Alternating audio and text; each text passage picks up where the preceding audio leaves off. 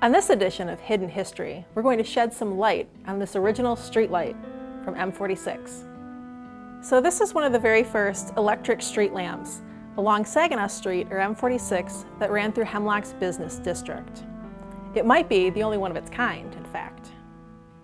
Now this light would have originally been affixed to a fluted post, probably about 10 feet in height. Here you can see we've mounted it to the wall in our museum. We couldn't fit a 10-foot post in here.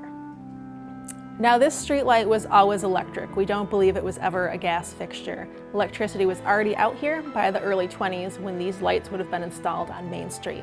And it's a beautiful light. It does have a glass globe on it, metal finial on top, and you can just imagine how stately these would have been up on their posts lining the main street. Now, according to photographs, these lights appeared on Main Street in Hemlock sometime around the early 1920s, probably when M46 was paved running through the center of town.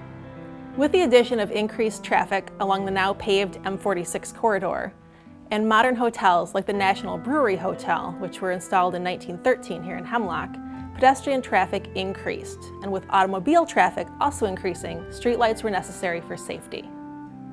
While we don't know when these lights were removed from the downtown corridor and replaced by more modern fixtures, we do know that they were gone by 1954.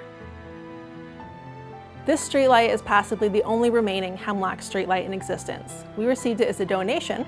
It was saved by retired Consumers Energy worker Don Ochek, who was a founding Historical Society member here, and his daughter and son-in-law, Bill and Jennifer LeClaire, had it redone and gifted to the museum after his passing.